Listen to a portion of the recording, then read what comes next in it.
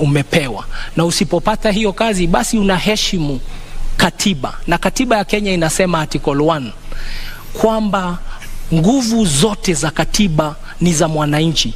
Na kazi yangu nilipopiga reverse gear ilikuwa ni kusema na heshimu katiba ya Kenya, na heshimu mpiga kura, na hivi leo nafanywa interview kama mfanyikazi wa watu wa Nairobi, na nawaeleza nitawafanyia kazi, na baada ya miaka 2-3 mambo ambayo niliona yaweza kutendeka yalitendeka, na tugange yajayo yaliyopita. In retrospect, you did not quit on the residents of Nairobi who entrusted you, and in fact threw their weight behind your boss because you were there as a deputy. You didn't quit on them. Do you owe them an apology?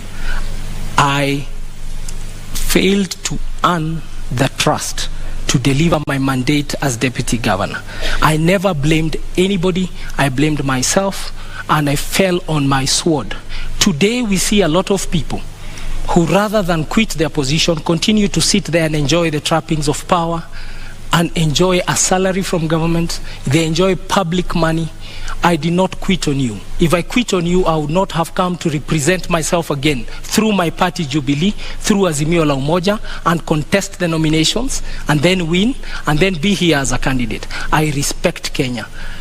In our national anthem, we always say Kenya istahili heshima, and that is a prayer, and that's our national anthem. We put our hands on our hearts and we say Kenya istahili heshima.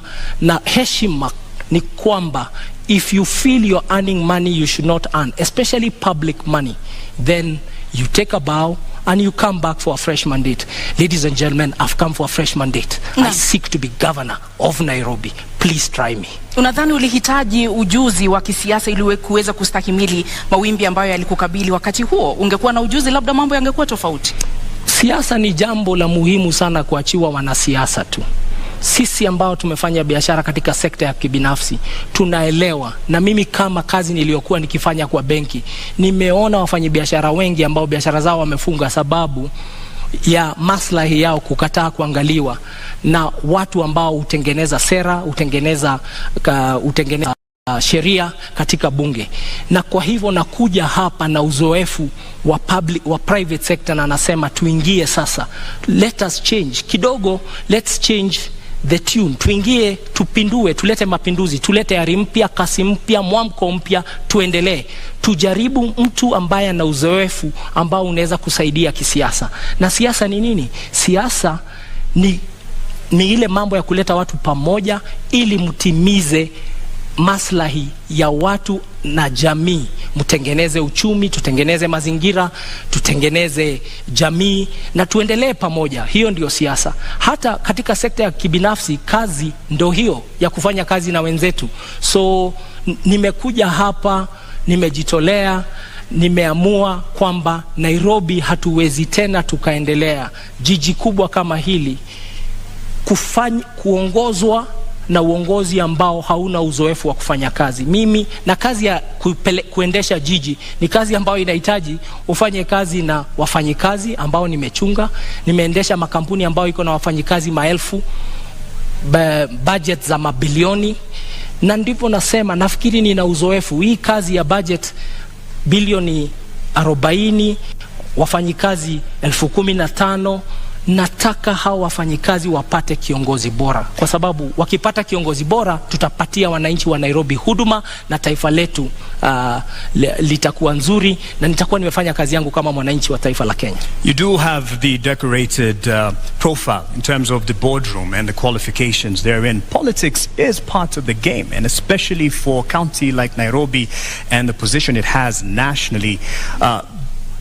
Are you confident about your political ability to make sure that you control and you keep things under control within the capital? Thank you very much for the compliment. I can tell you, even private sector, there's a lot of politics. In business, there are shareholders, there are employees, and there are customers. Shareholders invest in employees. Employees invest in customers. Customers pay the shareholders, and the cycle works like that. In politics, the shareholder is the political party. The political party then nominates candidates who come as politicians and civil servants who come as civil servants. And the work of civil servants is to then serve the public. And the public in turn keeps giving power to the right party. I am very proud to be a member of Azimio la Umoja, led by the most disciplined shareholder in politics, if I can use those words, Raila Amolo Odinga Baba. He has run the most disciplined political party. I'm very proud to be a member of his team. I'm very proud to be a member of the Nairobi team with my colleague Edwin Sifuna, with my colleague Esther Passaris, with all our MPs. I'm very proud. And because I'm joining a disciplined team, we are going to serve the public. What has been the problem of politics is just like in business, we have employees. In politics, what we see is that you have politicians, political parties and politicians who have come together to steal from the public. It's like a shareholder and an employee and management stealing from the customer. That's not sustainable. What I can say is, in closing, that remark is, when a customer loves you, no one will harm you. When a voter and the public loves you, no one will harm you. We are seeing it in Sri Lanka. We are seeing it in very many countries, that people are eventually the silent majority. We have in Kenya, we have a very big silent majority. Quiet people, decent people, honest working people who go about their lives. They are really tired of the circus of usual politics, of insults, of drama, of coming late for interviews, of eligibility to a job. It just says this is what the eligibility. People are really tired. And I know that because I live amongst the people and I'm a son of this country. People just want a normal servant service person. They just want a politician or a leader who just gets the job done. And me and my partner, my deputy governor, who's an accomplished scholar, Professor Philip Kaloki, we are just here to get the job done. And we have come with a full blessing of our party, and we have fused a lot of ways: the Wiper way, the ODM way, the Jubilee way, the NAK Kenya way, the KANU way, the UPIA way, the DAP way. We have fused that, and that is the genius of this thing called Azimio la Umoja.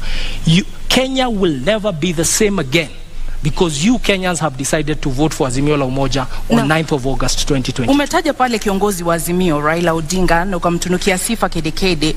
Je, uamuzi wako wa kuingia katika kinyang'anyiro hiki ulikuwa ni uamuzi wako wa hiari, wa binafsi, au ulikuwa uamuzi wa Raila Odinga na mrengo wa Azimio la Umoja?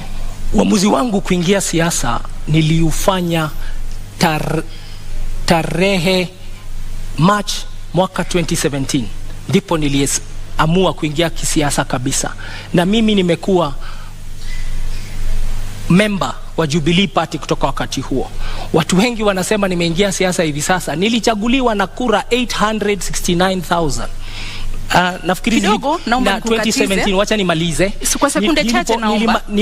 Nilichaguliwa na kura 869,000 wakati uliopita. Na sasa nimerudi tena kusimama. Ni uamuzi wangu binafsi wa kuja kwa siasa, na nilipigania kiti, nikang'ang'ania kiti, nikashinda tikiti ya chama tawala Jubilee. So Igathe is his own man. Igathe is his own man, and he won his nomination. He canvassed for his nomination politically within the party. Right. And within the party, we also had two other candidates. The people who were running against me also did not have degrees, and I bet them. Kidogo, all right, on that point, I think you'll be happy with this intervention, because your competitor for the governor's seat has arrived, and would like to now call in Senator Johnson Sakaja. Hey, karibu mdosi. Sasa bro, how are you? Good, how are you doing? Good, karibu sana. Good to see you. Pole. Traffic mbaya, tutasort. Thank you very much. Senator Sakaja, why are you late? Well, my opponent is used to head start, and so I wanted to give him an opportunity, and we're here. Lakini mbona umekuja kuchelewa? Nilikuwa nataka kumpa nafasi, aanze, amezoea kupatiwa nafasi ya kwanza. Na hakuna haja kuzingatia hiyo zaidi. I think we all know the head start we're talking about, that is from government, etc. But good to see you, Polycarp. Good to see you, Sakaja. Welcome. I look forward to a good debate. Thank you. All right. What separates you from your top competitor for the governor position? Well, Debate-Igathe is a great man. He's a friend of mine. We've been in Jubilee together. We've campaigned together. I think what separates us is the heart to work for the people. He's had a career in the corporate sector. I've had a career in public service and in leadership. The problems this county has, the challenges in our city, the issues we need to deal with, need solid political leadership. And that is what I know. Naam, swala la maadili katika uongozi lina umuhimu gani katika siasa zako, katika kampeni yako, katika mchakato huu mzima wa kuwania kiti cha ugavana katika kaunti ya Nairobi? Swala za maadili ni muhimu sana, kwa sababu kiongozi sio tu yale ambayo unasema ama yale ambayo unazo kama fikra, ni yale ambayo unafanya. Integrity is extremely important, na mimi nazingatia masuala yote ya maadili. I think integrity defines who you are, and it's not about who you are in public, but also who you are in private, and that's what defines a leader. Because as a leader, your work is to set a good example. Your work is to show the community and the society where to go to.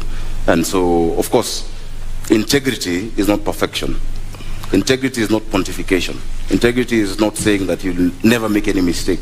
Integrity is taking responsibility. And integrity is being able to stand up and say, yes, on this I am right, and yes, on this I am wrong. That is integrity. You speak about abiding, and part of the requirement for governor is the competence and the credentials. Yes. Do you believe that it is important for someone running for governor to have a degree?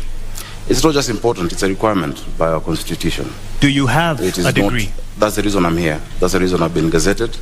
I do have all the qualifications required to run for governor of Nairobi, and on top of a degree, beyond just the academic qualifications, I have the competence, the character, I have the will and the experience to lead this county of Nairobi. Why is it so contested? Because as I've said, the head starts being sought include that. I think, and I feel bad for my opponent, because majority, or rather the biggest part that his team has been relying on was not to have me on the ballot. I'm glad I had his said, because I've been around, I've been in this complex and listening, saying that he wants me on the ballot. I'm glad he said that, but many of his political benefactors do not want me on the ballot because they know the effect of that. I do have a degree from Team University. I presented it on the 6th of last month to the competent authority, which is the Commission for University Education. After that, it was presented to the counterpart commission in the in our neighboring country. They verified it. Many people have said that I'm trying hard to prove that I have one. Actually, it's my detractors trying hard to prove that I don't have one. Now, this issue is before the court, and the reason I sympathize is that if my opponent and his team focused on going to the people, then they would stop looking for solace in the courts. I have it. In fact, I would want to display it today to all of you to see. I don't know how you'll verify it, but the competent authorities and institutions that have to verify it have actually said it is correct. Na kwa dakika moja unusu, kwa sababu sasa hivi tutaanza kuzingatia muda kulingana na sheria na masharti ambayo tuliweka awali. Kwa dakika moja unusu, endapo utachaguliwa kuwa gavana wa kaunti ya Nairobi, kisha baadaye kesi iwasilishwe mahakamani ambayo itabatili ushindi wako, utawajibikia wakazi na wapiga kura wa Nairobi? Hakuna kesi inaweza kubatili ushindi wangu, kwa sababu kwanza ushindi wangu, unajua ndugu yangu anaongea juu ya 8:57 am. Ushindi wangu utadhihirika, utaonekana. Nafikiri vile mmetutawanyisha kutoka wale wengine ilikuwa kwa sababu ya utafiti ambao umefanywa, na utafiti umeonyesha kwamba niko mbele zaidi. Mambo ambayo yako kotini yataisha kwa sababu tunajua ukweli ambao uko. Hakuna tashwishi hapo. Na zaidi ya hiyo, kwa sababu kumekuwa na hiyo unajua kizungumkuti ambayo imeongozwa na serikali, and I have said it previously, who has been driving this and how it's been driven. I think by the time we're going for re-election, we'll make sure that there's even more to be able to show on that. So that is not an issue of concern. What is of concern to us, and what is of concern to anybody worth his salt as a leader in this city, is the plight of the millions of Nairobians who are suffering the lack of dignity and the lack of order in our city. And that is where our focus must be. So I do not expect any challenges beyond that, because what is out there is political propaganda.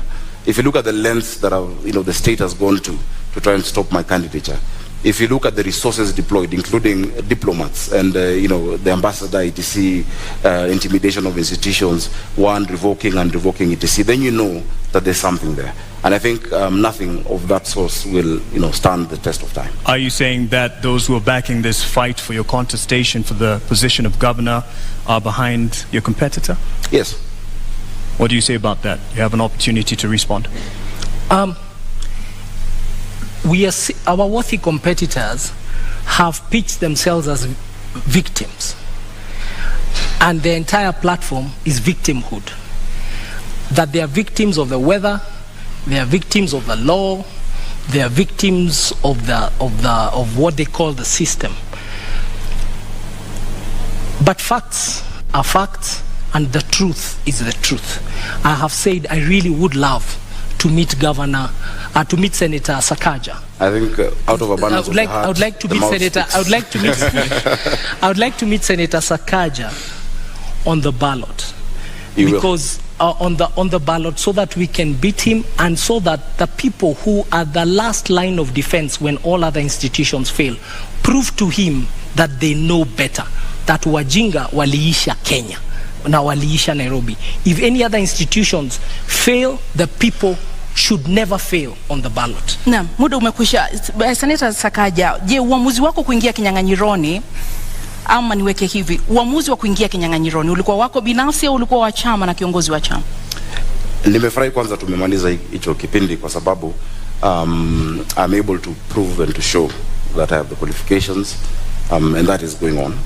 I'm looking forward to it. And I know millions of Nairobians everywhere I've gone to tell me every day that they're praying, and because they can see that big hand of the state, and we shall be vindicated in due course. When there's time after this, I'm available to speak to that. Of course, my intention to run for governor of Nairobi has been my intention. I've grown up in this city. I was born in Ngara. I've seen this city when it had some semblance of a working city, and I've also seen the lack of dignity and order in our people. The lack of dignity when Mama Mwende in Kayole had to watch her daughter die at Mama Lucy because of an ambulance. I've seen that, and I've committed myself to lead the charge of providing order and dignity in the city. So it was my decision, it is my decision, and beyond that, it is a resolve of the millions of Nairobians to rescue this city from state capture. Your decision, you say, but it is on a ticket UDA under Kenya Kwanza. Yes. If you are elected as governor, how much of a burden will the patrons of your particular alliance have or be to your leadership as governor? I think I've distinguished myself over the years as an objective leader, as a leader who stands his ground, as a leader who stands on principle. Many times, even before what my competitors and their colleagues thrive on, they like talking about the handshake, I've demonstrated what we call siasa safi. When the Honorable Prime Minister, former Prime Minister's retirement benefits were being rejected in Parliament because his now partner and brother said he must retire from politics, I'm the only person from Jubilee who stood up to defend. When Honorable Oloch was being fought at Panafric by Jubilee members on the 26th of October, I'm the one who defended him. When Babu Owino was thrown into a cell and Raila Odinga and Wetangula could not remove him, I went, despite there not being any agreement before the handshake. I believe in siasa safi. I believe politics is not enmity. And I want to assure even my opponent that once we get into office, some of the ideas he has, because he's a good manager, and this city also needs, in some areas you need managers, of course, led by a leader with a vision. We'll incorporate the ideas. Everybody sitting on that side knows that I have no negative relationship with them, and that is the siasa safi Nairobians want. And that is why all your polls show that Nairobians across the political divide have resolved to support me for the office of governor. Bwana Polycarp, je, ni kwamba Azimio mnaendesha siasa chafu katika kaunti ya Nairobi? Kwanza wacha tuangalie siasa safi ni nini. Mwaka uliopita taifa la Kenya, the amount of money, pesa ambazo walituma kwa serikali gatuzi kutoka kwa serikali ya kitaifa was 370 billion shillings. 370 billion, Nairobi ilipata 19 billion. 5% only ndio ilikuja Nairobi. Nairobi Wapiga kura Nairobi ni 11% ya tuko 2.4 million out of 2.4 million voters out of 22 million voters in the country. Now, Nairobi contributes 2.2 trillion wame collect Kenya Revenue Authority. 60% ya hiyo 2.2 trillion imetoka kwa viwanda na wafanyi biashara hapa Nairobi. How does somebody contribute 60% of revenue and you only share 5% back? Na hiyo siasa safi ndio seneta wetu amefanya katika Senate. Kazi ya seneta ni kutuombea pesa. Ametuombea tu 5%. Alienda huko kufanya kazi ya county zingine. Hapa ndio sababu Nairobi hamna mashule. Tuna nasari pengine 211. Tuko na health centers kidogo sana, da dispensary. Na ndipo njaa na umaskini umekithiri hapa kwa sababu watu hawajui Nairobi is unaffected and a very poor country. Muda wako umekwisha. A very poor county. Muda wako umekwisha. That is not siasa safi. Bwana Sakaja ameuliza umetetea vipi county ya Nairobi ulipokuwa seneta katika kipindi hiki cha takriban miaka 5. Je, kweli umewajibika kama seneta wa county ya Nairobi? Zaidi. Na zaidi ya wote wengine ambao walichaguliwa kama maseneta. Ukiangalia utafiti ambao umefanywa kwa miaka 3 ambayo imepita, for the last 3 years running, I've been rated the best performing senator in the Republic of Kenya. I brought more bills, more motions, more questions about the county administration of Nairobi than any other senator, and you can check. I can see your laptops. You can check that. On top of that, the work of the senator is to bring resources to the county. When I became senator for Nairobi, Nairobi was receiving 15 billion. I'm living with it 3.3 billion higher at 19 billion.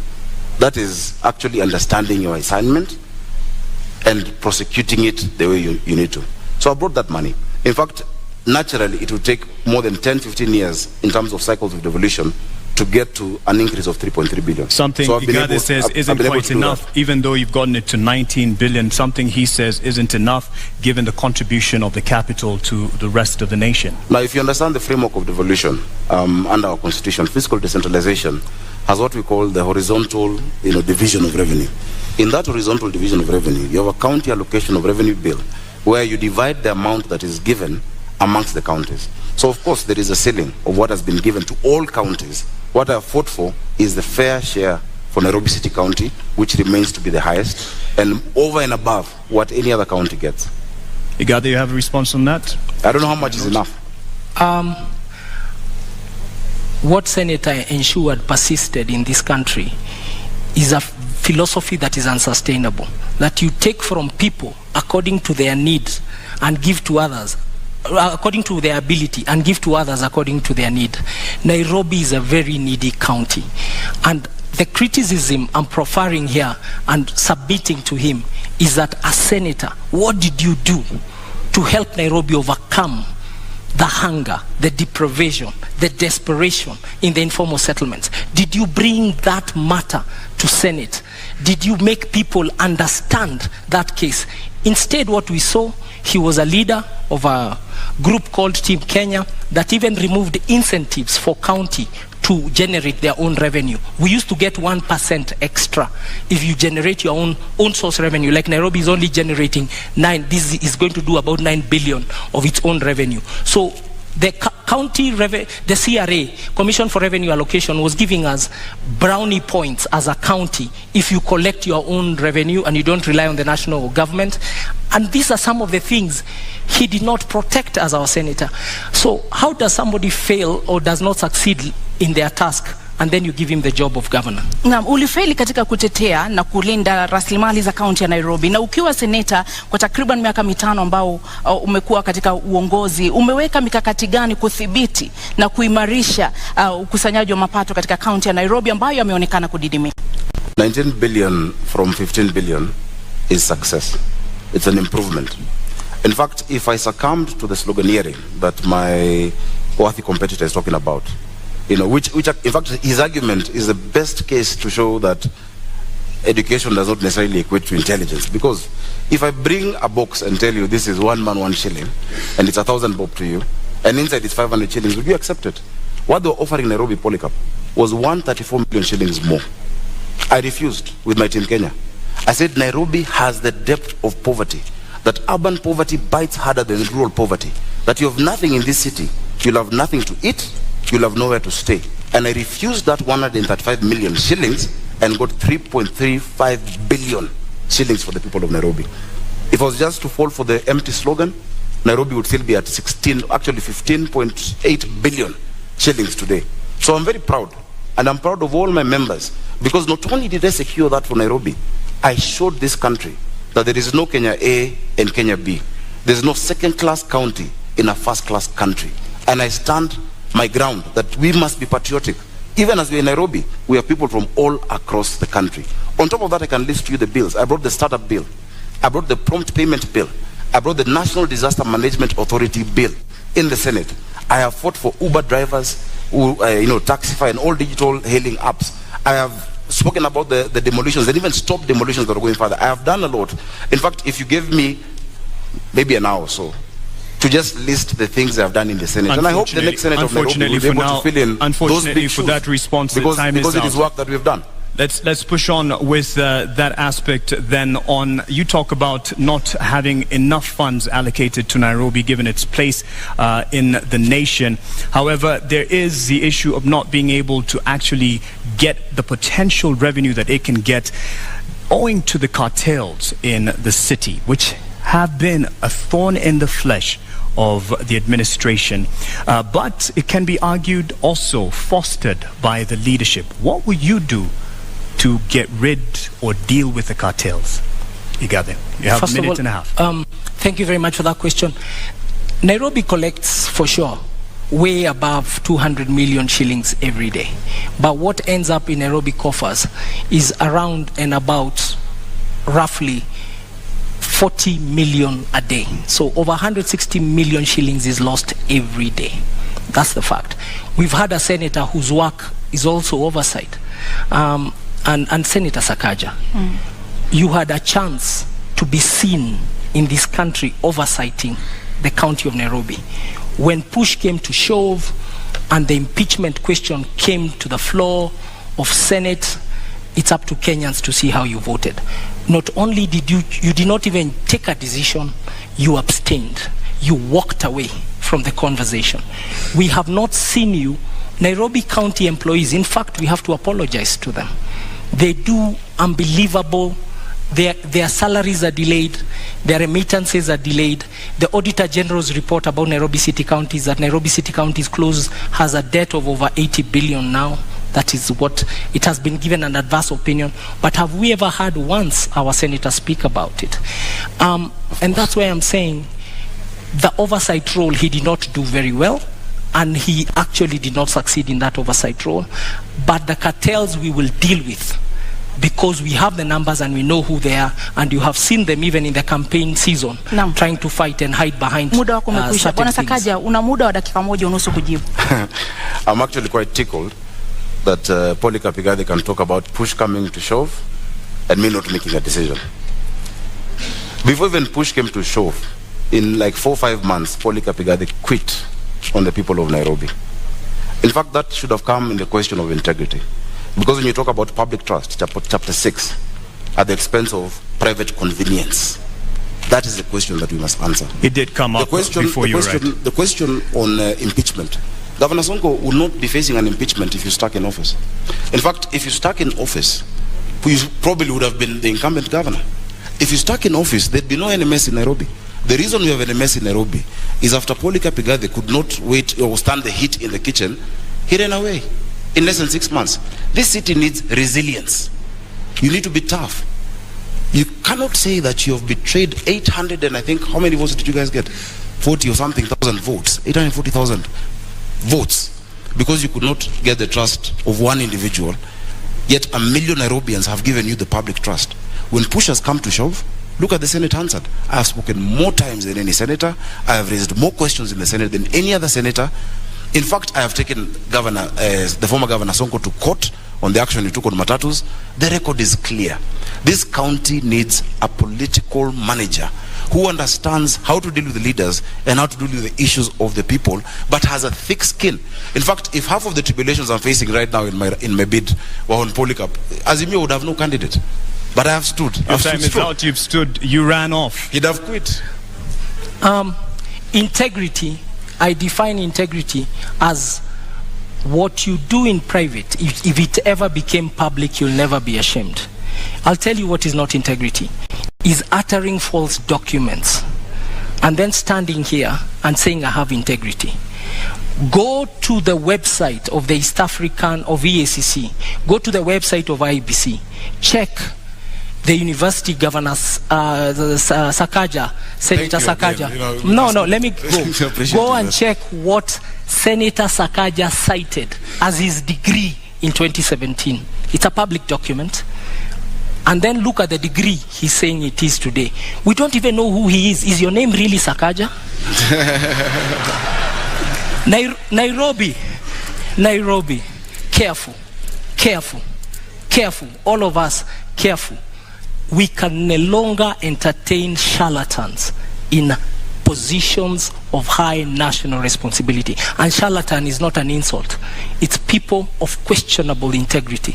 It's people and individuals who come to steal from you wholesale to distribute retail to their friends. And I submit to you, the man to my left will do exactly that. Careful. I think the man to my right did exactly that by running away from the mandate given to him by Nairobians. Actually, the entire mess we have in this city. Because when he ran away from office, and I think he said somewhere because he got a bigger salary somewhere, I don't know. This city went into a spiral. I assure you, even the drafting of the articles of transfer, I had to be involved because we had to rescue Nairobians. And he ran away from that public office. Now, if you cannot withstand the heat of a deputy governor, you can't run Nairobi City County. You have 85 MCAs, possibly 40 nominated, 125 MCAs. You have 17 constituencies. If just one Mike Sonko made you run, tomorrow matatus will strike. The next day, hawkers will be on the street. The next day, and you're trying to run this county by being popular, it will not work. Again, as I've said, it is really unfortunate that the only card they had was to try and stop me from being on the ballot. I want to tell you to wake up, smell the coffee. On the 9th of August, I'll be on the ballot for governor of Nairobi City County. And on the 25th, we shall be sworn in. Because Nairobians can see through the game. And the documents he's talking about, for instance, in fact, they're part, and I don't want to wade into subject this, but they're forged documents. They're actually forged documents in court by them.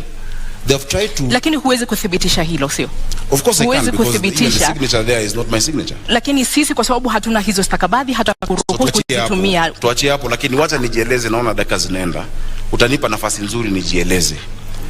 Mimi nimehitimu na nimesoma na nimesimamia watu wa Nairobi. Jina lako ni Sakaja? Not just in fair weather. Sakaja ni jina lako halisi? Nafikiri mlialika Sakaja. Jina lako ni Zubeida. Niko hapa kuuliza maswali, uko hapa kujibu, naomba. Ukiuliza swali ambao kama watu wa Nairobi wanasema itoshi. Mwenzako amekuuliza swali. Kwa sababu uko hapa kujibu, ndio sababu tunakupa nafasi kujibu. Jina lako ni Sakaja. Out to the issues Nairobians are facing instead of trivializing this debate as to what my name is, honestly.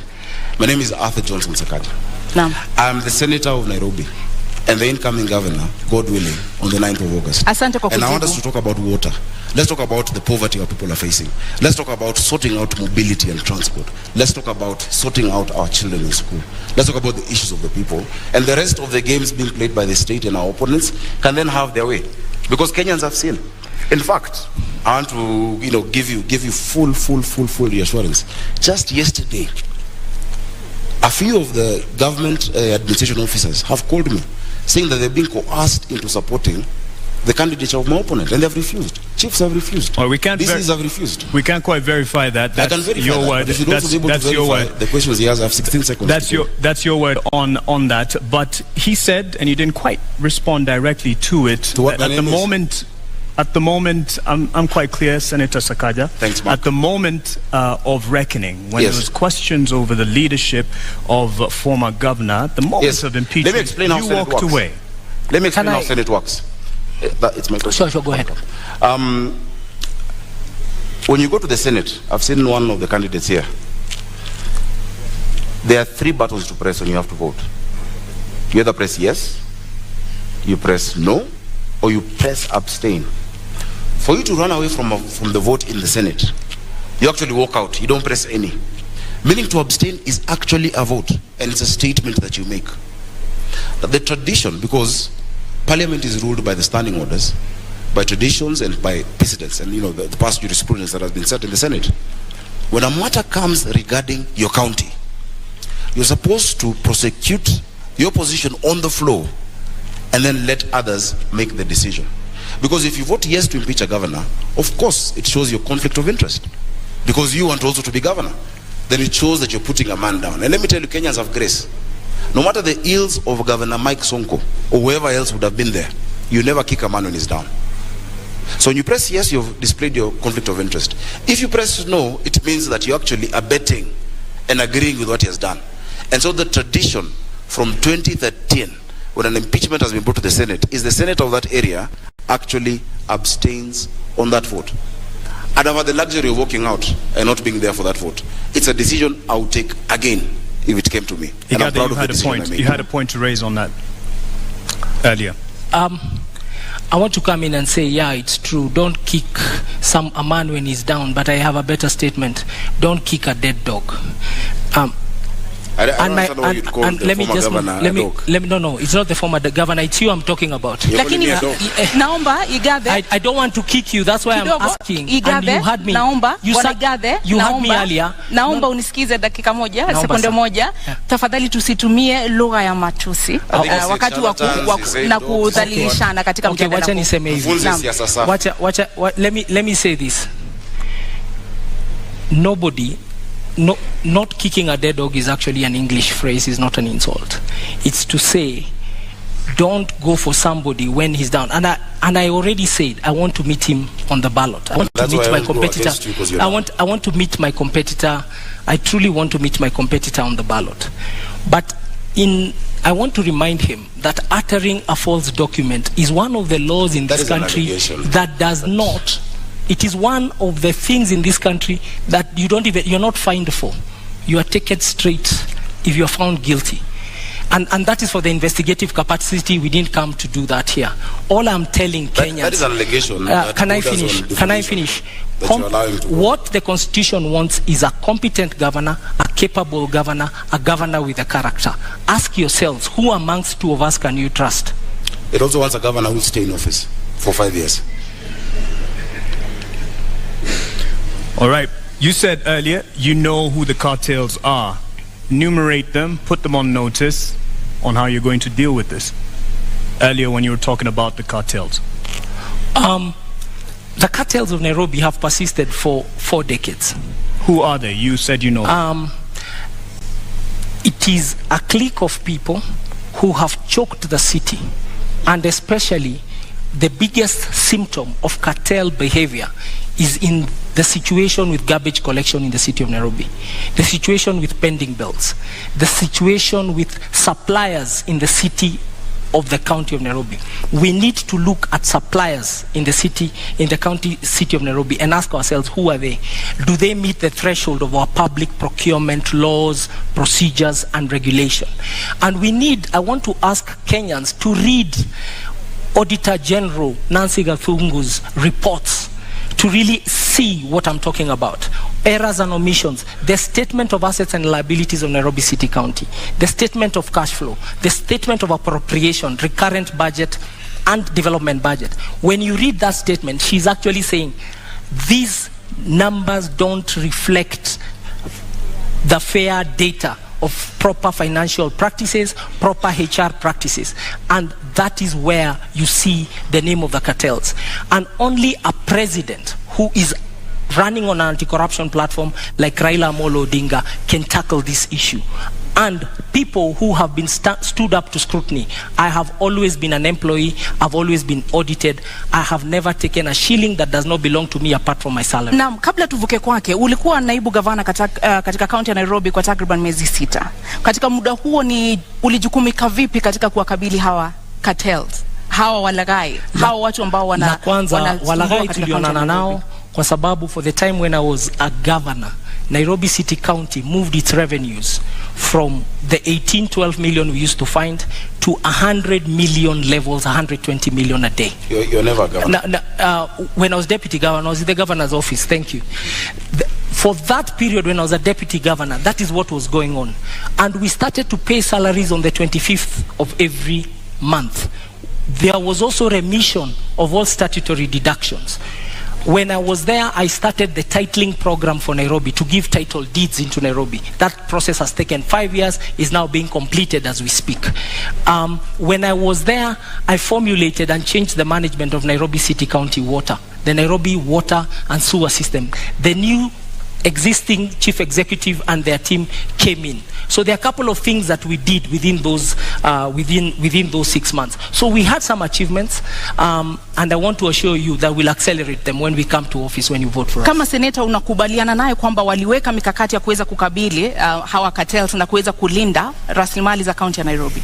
Kwanza nafikiri vile amesema vile alikuwa alianzisha na ikakamilika bila yeye, inamaanisha Nairobi haikumuhitaji, kwa sababu it's just demonstrated that even whether he was there or not, it happened. I think if you stayed true and didn't quit and run away when things got hot, maybe things would have been better for the people of Nairobi. We'd never know, and unfortunately we'll never get to learn. Cartels are a lazy word. It's a word used by lazy leaders who fail to master the courage and the guts and the resilience to deal with corruption. That is what cartels are. Cartels are a weak excuse, because all of these are human beings. If you say you know them, and even here, just at this debate, you're afraid to name them, yet you said you knew them, you'll not deal with them.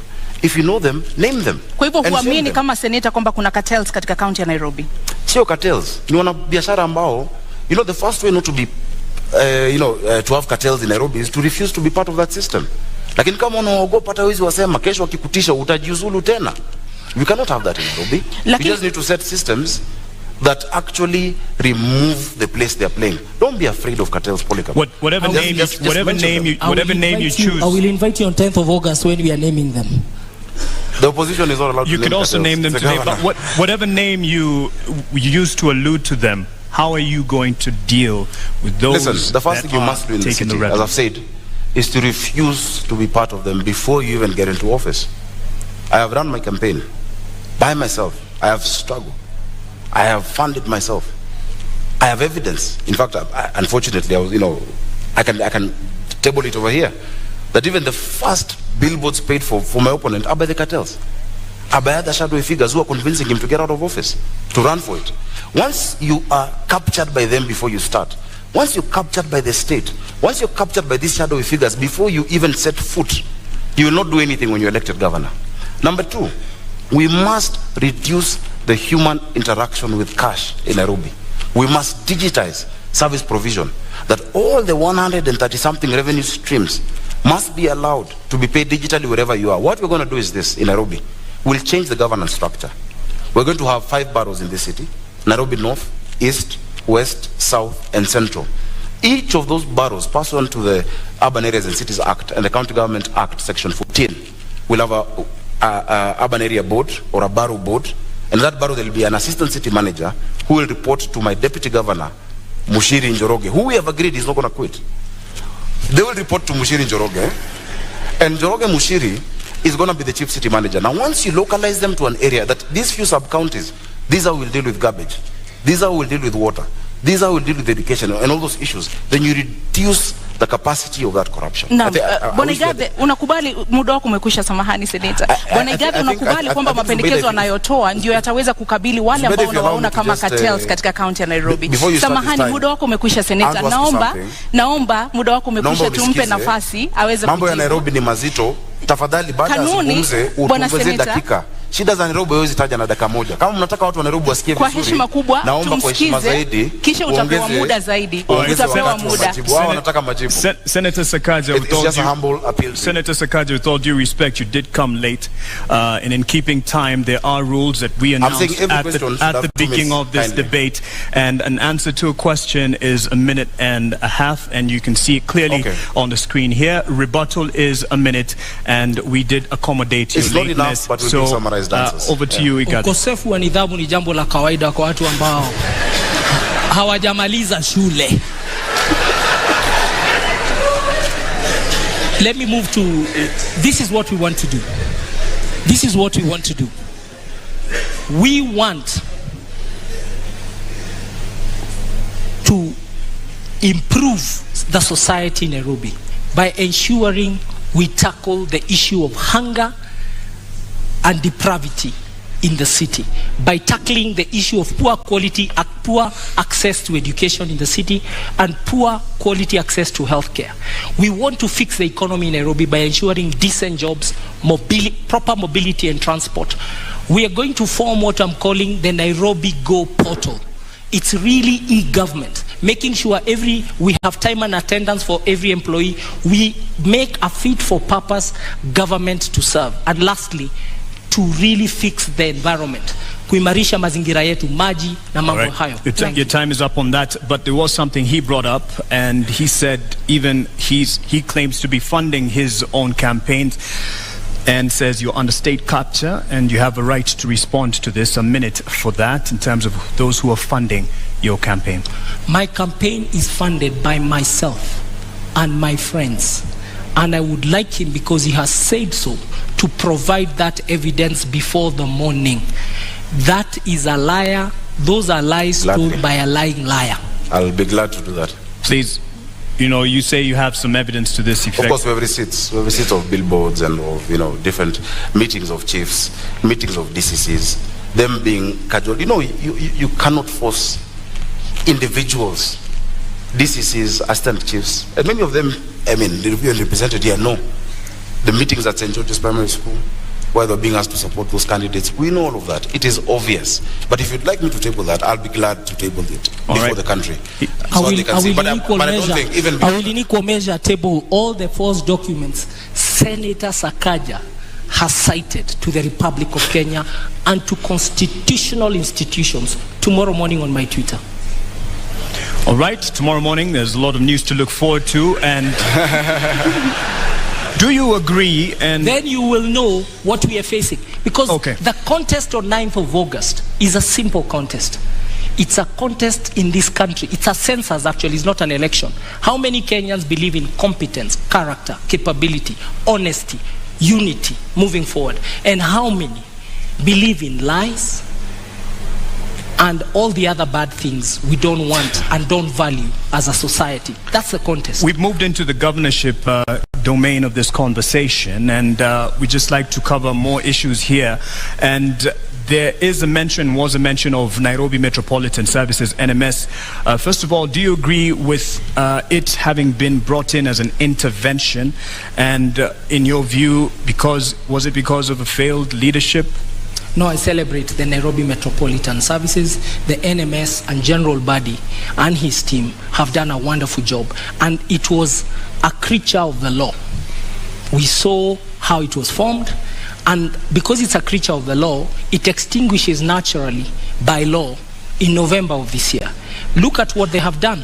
They have sunk 193 boreholes in the metropolitan area. 144 of those boreholes has been in our informal settlement. That has truly helped us fight COVID-19. The Metropolitan Authority has further worked on pedestrianizing the central business district, which is something we must do in this city. Make sure that non-motorized transport, we democratize transport, that the most important transporter is not the private car, but the pedestrian, the cyclist. They have done it, and we are now walking better. They've really tried to improve the environment, and they are it is part of the military to do civilian duty, and they came and answered the call of duty, and we truly celebrate what they have been able to achieve. And we are reverting back to a civil authority. As we speak, I believe General Badi is in transition, waiting for the election and then for the next people to take over office. He should not be vilified. And he really worked, and he's been able to deliver. It's been a band-aid to the city of Nairobi. Labda kwa sekunde 30, iwapo utapewa nafasi ama ungepewa nafasi, ungetaka NMS iendelee kuhudumu katika kaunti ya Nairobi? NMS siwezi pata hiyo nafasi kwa sababu sheria inasema NMS muda wao utakuisha Novemba mwaka huu. But it was extended, and there's an opportunity to extend it. I will give better service as governor of Nairobi than NMS. Bwana Sakaja, on the issue of governorship and how Nairobi Metropolitan Services, came in to rescue the day. Do you agree with this? And under governorship of Sakaja, would this continue?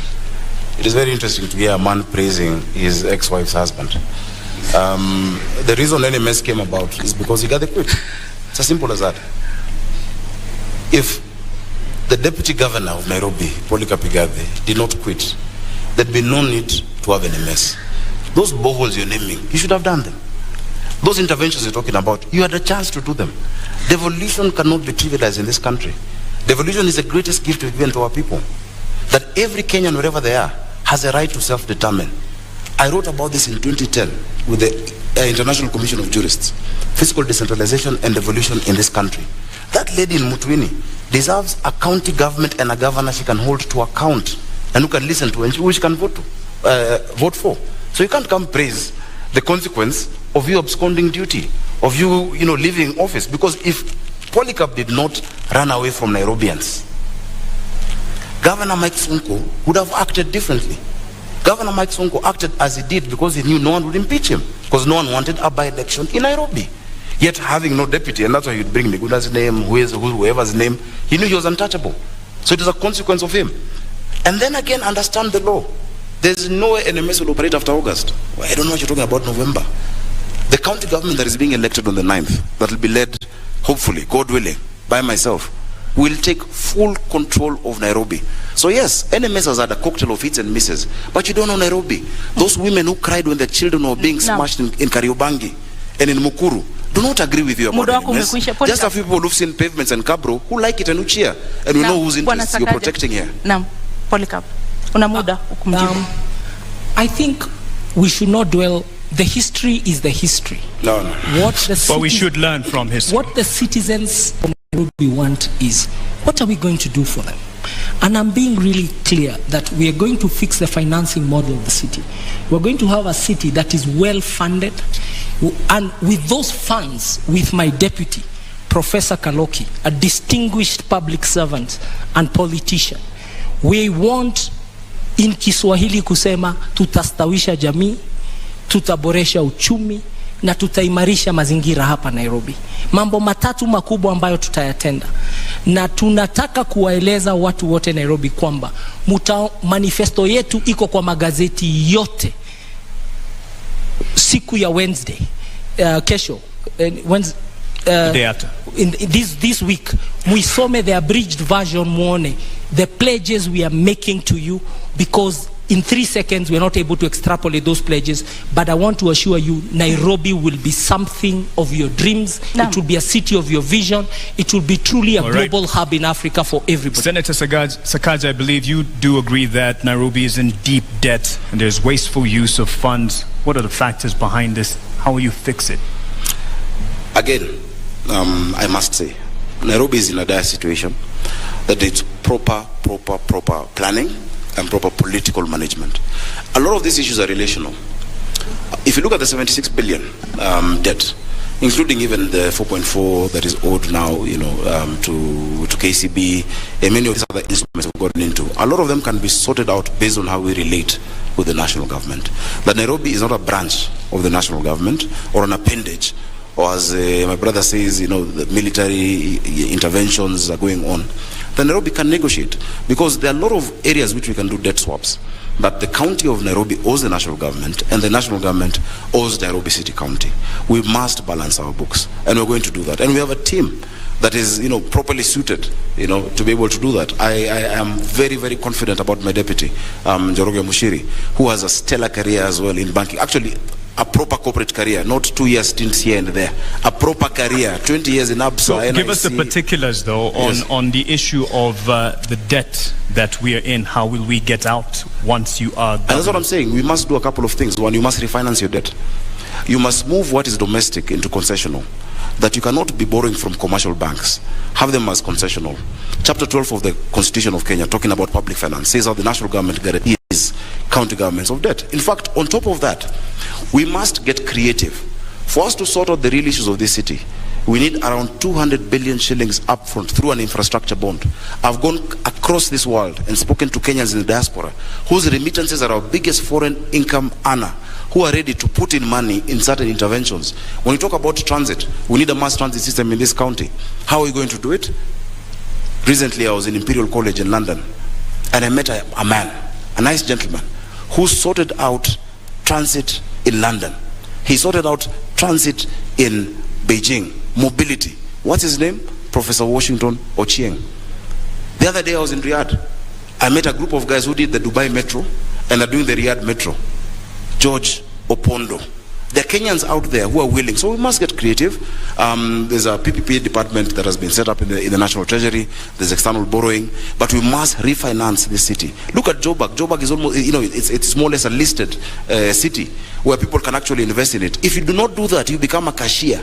That you're receiving money, you only pay salaries. You will not develop Nairobi unless you get creative in how we actually, structure our financing model for the city. So we're going to restructure the debt, move to concessional loans, re-amortize some of those payments to longer term, and have an infrastructure bond for Nairobi City. Many Kenyans out there are going to put in money on our transit, on our water, and our basic infrastructure. Bwana Polycarp, utakabili vipi matumizi ya mabaya ya rasilimali katika kaunti ya Nairobi, ufujaji wa fedha na madeni ambayo sasa hivi yanaangamiza kaunti ya Nairobi? Jambo la kwanza, Nairobi City County gets its highest revenue from land rates. Parking bays, land rates, parking fees, outdoor advertising, building permits. Those will be some of the top, within the top 5 revenue things.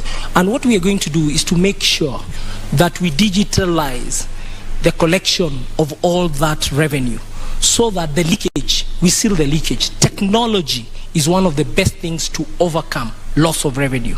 And we are going to use technology in the public revenue management system.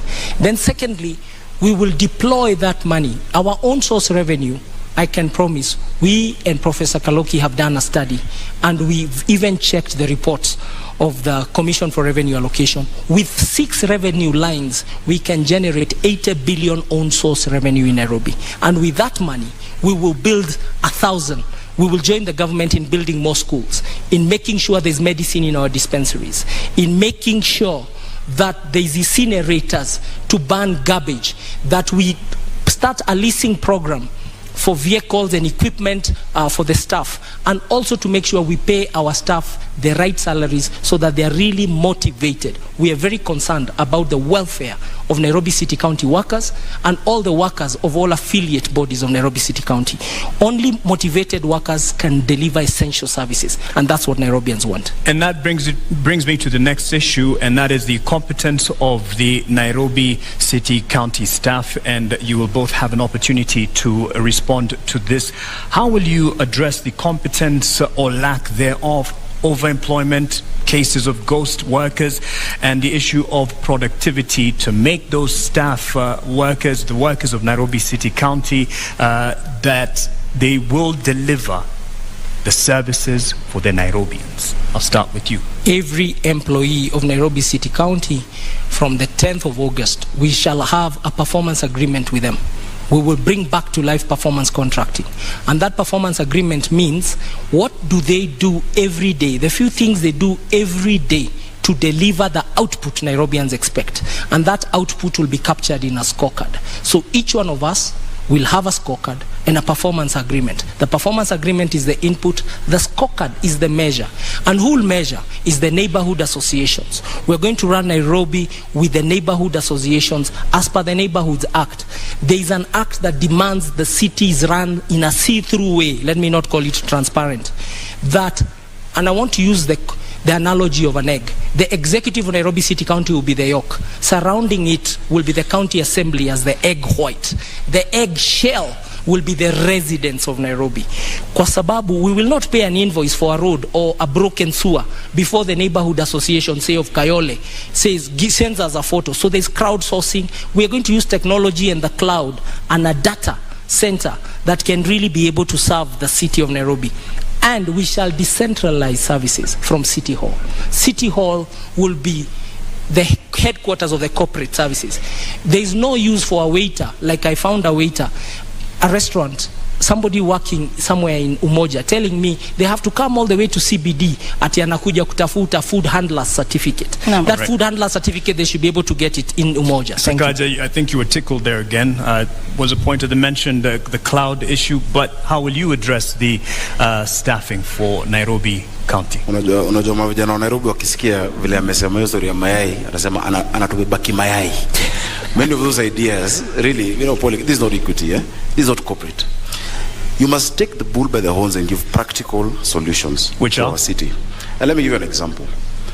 you're talking about, you know, one of the highest revenue streams, you know, being rates. Have you talked to us about the rate classification of those rates? Why is it that people in Githogoro are paying the same rate as people in Runda, which is just, you know, a doorstep away, yet they have Mabati structures and these ones have 5-star houses? You know, let's be practical, because that is what Nairobians want to be able to hear. Now, the sectional properties bill that was passed in Parliament recently prevents an opportunity. I've heard him saying he's done a study with Professor Kaloki. I know Professor Kaloki is a professor, and maybe that's why we've not been seeing you guys campaigning, because you're doing studies. But look at what KPMG has spoken about Nairobi, look at what PwC have said, and the CRA. It is not just 6 revenue streams that are going to increase how much we collect. Just the sectional properties realignment and the revaluation that starts in January 2023 is going to take us up another 50 to 53 billion shillings. Every other revenue stream then must be geared towards making Nairobians more productive. The NMS that you praise has been going around this city with GSU, harassing our traders and our hawkers, throwing them into, you know, those pickups, tetanus field pickups and roadworthy. By the way, on the 9th, if you're listening and you're a scrap metal dealer, come to City Hall. Revenue has gone down to 7 billion. Why is that? Because you're not explaining to the people of Nairobi the services you're offering with the money you collect from them. We will have a people-centered leadership. Cloud is a tool. Na muda but your focus must be on the people you're serving. You can't be... Muda umekwisha bwana seneta, lakini umekuwa seneta wa kaunti ya Nairobi. Umewajibika vipi katika kuona kwamba pesa za kaunti ya Nairobi zinatumika namna inavyostahili, hakuna wizi, hakuna watu wasiofanya kazi ambao wanalipwa? Umekuwa seneta, wewe ndiye macho ya kaunti ya Nairobi. Zubeda, nadhani kabla kuja hapa mlifanya utafiti. Umewajibika vipi seneta katika kuhakikisha kwamba pesa za kaunti ya Nairobi zimetumika vyema? My time is counting while you're talking. Kama mlifanya utafiti, ungeona zile report ambazo nimewasilisha, zile miswada na hoja ambazo nimezileta kwa bunge. Hapo kati ya hizo miswada na hoja, kuna ile ambayo inaitwa prompt payment bill, ambayo pia wale wengine walijaribu kuweka katika mswada wa BBI walikuwa wanaleta. Ilikuwa nimeshapitisha kwa bunge. Ukiangalia yale unajua zile ripoti ambazo nimewasilisha kwa bunge, zinazungumza itakuwa ni njia gani tatumia, mbinu gani, form itakuwa vipi kwa kisha ule jamaa. There's a guy who works just across over here in Cultivar. He's called Fred. He's one of the procurement people. Akona wines and spirits Buruburu. Anasema kwamba wakati akiwa job anasikia hawa watu wa NMS na GSU wamekuja, in their WhatsApp group they tell each other that hawa watu wamekam. Kuna watu wanasemanga walikam na kinini, vijana wa Nairobi wanajua. Wamekam na Subaru. Na wakikuja hapo they tell each other in the WhatsApp group, they close all the shops. That's why this military you're praising has not collected 7 billion this year. Let's take power back to the people. And he tried to define this election. It's not about liars and who don't lie. It's about a state project and a people's governor. Speaking about people's governor, power to the people, let's give some power to the people who weighed in on this debate. We had asked some questions from Nairobians, and I believe we're ready to sample them right now.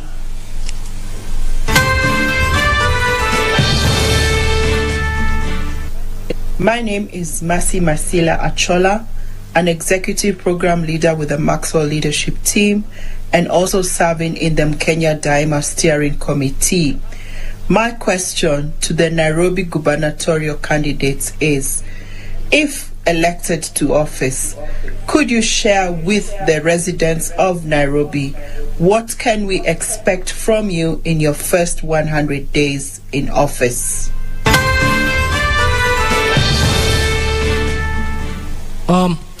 In the first 100 days, I pledge with my deputy to have a very fit for purpose organization to deliver essential services that Nairobians have been deprived of in the past, and especially Nairobians in the informal settlements and in low-income areas. And therefore, there'll be Executive Order number 1 that establishes a good government, a coherent government, and a government where the deputy governor has clear responsibilities, a government where the governor himself has clear responsibilities, and where we work as partners, him playing to his strengths and me playing to my strengths, but a proper cabinet. Also, we promise you a proper cabinet that is fit for purpose, and the purpose is essential service delivery. The people watching us at home, actually, They just want services. They want water in their taps. They want garbage collected. They want storm drains covered. They want pedestrian walks repaired. They want markets made. They don't want to continue selling on the roadsides. They want their bills on time, and they want to be treated with honor, and they want to be treated like citizens of Kenya, and they want to be enabled to do their businesses. So the first 100 days is about reconstructing the organization called Nairobi City County, because it does not exist, and we have a lot of demotivated employees. Make sure that we convince them, they start to see their salaries are paid, they are well taken care of, career development is sorted. Thank you. Thank you. I want to thank the lady from Maxwell for that question. Maxwell Leadership Institute on Valley Road is an extremely important, pillar in mentoring many of our young people. I've actually taught many programs of leadership there, and I've been a participant in that. I think when she asked 100 days, maybe what she wanted to hear from me, Polycarp, was just to say, I will not quit first, as the beginning. Thanks for answering for me. Go ahead. Please keep reminding people, because people are afraid to okay. But secondly, I want to say this. In the first 100 days, I've said that you will not sort out Nairobi using quick fixes. The issues of this city don't need 100, and I'm not seeking 100-day term. It's not quick fixes or bandage solutions that will sort it out. We have a 10-year vision and a 5-year vision with my. But in the first 100 days, what we're going to do, number one, is to implement the Urban Areas and Cities Act together with Section 14 of the County Government Act to create the 5 boroughs that I'm talking about in Nairobi. That if the person in charge of garbage in Kayole does not need to think about Westlands, the person in charge of a road in Langata should have nothing to do with Roysambu or Marurui. Because that lack of accountability, when you ask them, okay, mbona hapa kuna takataka, pole boss kulikuwa na sijui crisis in Mukuru. So we'll set up the governance structure that will deliver to Nairobians. That is the first task, and that includes the county assembly. The second thing that we're going to do is to implement the standing orders that we've actually been working on, even as I've been in the Senate. Proper standing orders for the inspectorate. We cannot have people criminalizing business, chasing our hawkers, throwing sticks at them. They must have proper, like any discipline force, standing orders. And finally, we'll implement the one business permit. You can't have businesses with 10 licenses. Today there is fire, tomorrow there is war. It will be one license. Right. And I will pay every other entity that needs to be paid from that one license that you pay in Nairobi. Bwana Polycarp, mmekuwa mkizungumza kuhusu tatizo la maji taka katika kaunti ya Nairobi. Awali ulitaja kuhusu cartels. Je, unaamini kwamba ubinafsishaji wa huduma hizi katika kaunti ya Nairobi utasaidia katika kusuluhisha baadhi ya matatizo ambayo yamekuwepo kuhusu usimamizi wa huduma hizi? Huduma za maji zimekuwa ni tatizo kubwa. Juzi nimetembea kule Ruai na muliona picha. Sikujua kuna mahali Nairobi watu beba maji bado na punda. Pia, so you learn every day. Now, if you go to Ruai, the problem is a problem of way leaves, which the senator perhaps was even ignored in Senate. There is a way leave issue between Kiambu and Nairobi, because today we are consuming 500,000 cubic meters of water every day in Nairobi. But that's really the level of production of water from our water sources, Ndakaine, Roiro Dam. But the Roiro Dam and the Northern Collector Tunnel, we need to connect it. Na hiyo shida ya way leave ni shida ya kisiasa, lazima tutatue, na hiyo kitatuliwa, there'll be an extra almost close to 100,000 cubic, so we'll go to 600,000 immediately, and people watu wataanza kusikia relief. But in 5 years we have to build new water sources and work with the national government to build new water sources. But you've got the government that builds new water sources has to be a government that does not believe dams are for eating and stealing, because dams have to be done in places like the Nyandarua ecosystem, Maragua Dam in Murang'a, and that's why Nairobi has to be secured by being assisted by the neighboring countries to the metropole that is Nairobi City County. Senator Sakaja, the taps in many homes and other businesses are running dry, but their water bowsers full to the brim and coming at a premium. How will you sort this? First, again, it's really nice that we're at a university, because I need to school my friend about water. There are many things you've said that are completely false. Number one, the quantity that we consume is not just 525,000 that you're speaking about. Nairobi has 4 water sources. The first water source is Kikuyu Springs, just after Kikuyu campus. That was set up in 1907. After that, we developed Ruiru Dam in 1936. It provides 4%.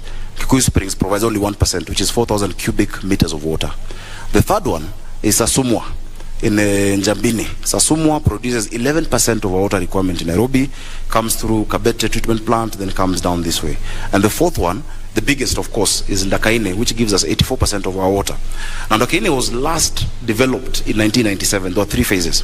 After 1997, there's been no additional source. So every single day, the people of Nairobi require 850 million liters of water, but get 525.6 million liters per day. You need to bridge that gap. In fact, you'll be shocked, Polycarp. 70% of the people you're talking about, the ones you didn't know carry water in Mutungi, 70% of them, of Nairobians, have never had a shower from to the top. They bathe bottom up, like with the bucket. Bottom up is how many of us shower in this city. We want to give our people dignity. There is no dignity when women are scrambling outside these, boreholes that have been created in the water sources every day for water. The issue of distribution then is the next thing that must be. I asked about this time thing because I've just spoken about the quantity. So when we finish Northern Collector, December 2023, under our administration, I don't like saying our administration, we'll move into Northern Collector 2. One will sort out 85% of the water need, and then 65%, and then Northern Collector 2 will give us 85%. Now the second most important issue, if you're allowing on your time, let's give him an opportunity. Let's give him an opportunity. Just keep time. The challenge of water. The debate in Nairobi is not about what needs to be done and how. There is consensus that we are short of sources of water. It is who will do it, because you need to be trustworthy and you need to be capable to get it done. That issue of who is the most important issue in this election.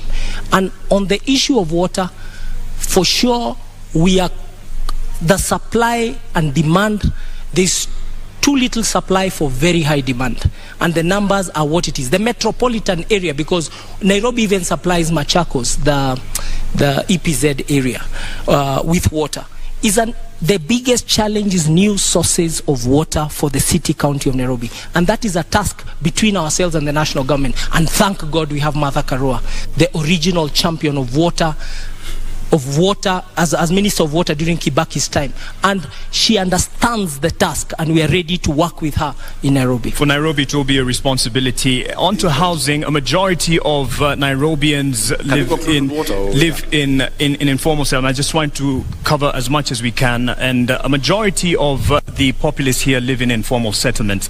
And how are we going to change this housing demand and give quality housing and other services for Nairobians? I'll start with you. Thank you. I'll just take the same time to finish on water. I've heard them mentioning Martha, earlier he mentioned Raila. These are people we all, we know and we've worked with many years. Don't run away and hide behind them when you don't have the point. Just say the point as it is. Because Nairobians are electing you to be governor of Nairobi, not Martha Karua, not Raila Odinga. They're electing you. If they elect you, if they make that decision, which I know they will not make, you must sort out the distribution issue of water, because water goes hand in hand with housing. So I've spoken about the quantity. And it's not about waiting for an angel from national government to do it. Already we're at 90% with the Northern Collector 1. The piping has been, or rather the tunneling has been done. The piping is at 34%. This side from Apro Isambu, coming from Kiambu Institute of Technology to USIU, moving down, is already going on. We have so many areas that do not have piping. I've never had piping in Nairobi. There are people who actually build houses across what were the physical levers. They shut it down, they collect water, and then you see these bowsers moving around the city labeled clean water or NMS. That will come to an end using SCADA technology, where as governor, I'll be able to see on my phone, Mali wamekata maji. Now, urban housing is a huge challenge in this city, and it's also something that the built environment has made people lack dignity in this city. The county government is not in the business of building houses. We shall facilitate the private sector through proper land tenure and giving them proper land of government to actually partner with them to build these houses. We can actually do it through the silo model, where you build and people move and come in there. Urban renewal is being resisted in Eastlands because of lack of trust of that institution or body that is praising here today. I wish you go there tomorrow and tell them what you said about NMS. Bwana Polycarp, maji ni mojawapo ya shida ambazo zinakumba wale ambao wanaishi katika mitaa ya mabanda katika kaunti ya Nairobi.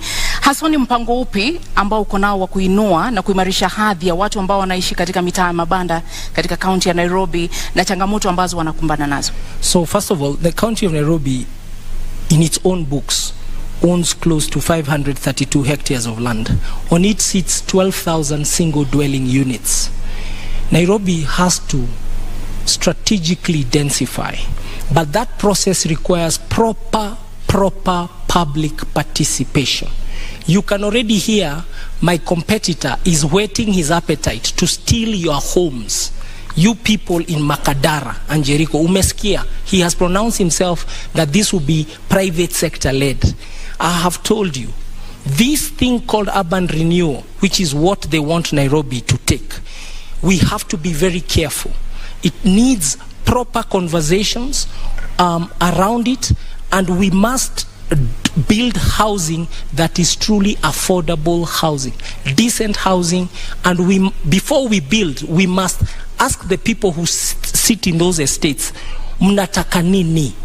How will this work? And how will you be compensated? Before that is done, we are rushing. And you've seen a big rush towards that work, and we are saying, put it on hold. The Constitution demands proper public participation, proper understanding, and I want to believe that conversation has already not been held. So the housing question in the informal settlements is to continue the work that has started. Roads, water, sewer, boreholes. These informal settlements require a lot of investment, and that investment requires allocation of improving our revenue, and also making sure Senate allocates us the money we require to attend to high density areas. Okay, a rebuttal in terms of what he said on your housing urban development plan there, an opportunity. There are people waiting in the wings to come and steal your houses, and you've had the private sector. He has the opportunity. You're in his time. You have an opportunity. I don't know who represents the private sector here on this stage, if you look clearly. But what I'll say is this. While you're away, when you ran away from Nairobians, Polycarp, I represented the people of Majengo in Kamkunji in court to fight what you're talking about. You were somewhere in your Bentley, living the life, never spoken about an issue of Nairobians.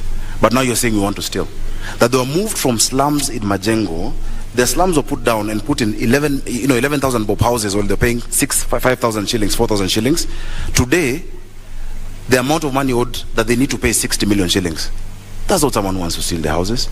When I talk about urban renewal, the entity you're praising is rushing. Just this week, there have been more than 3-4 advertisements on the newspaper for them to engage contractors on urban renewal, and they have 28 days to go.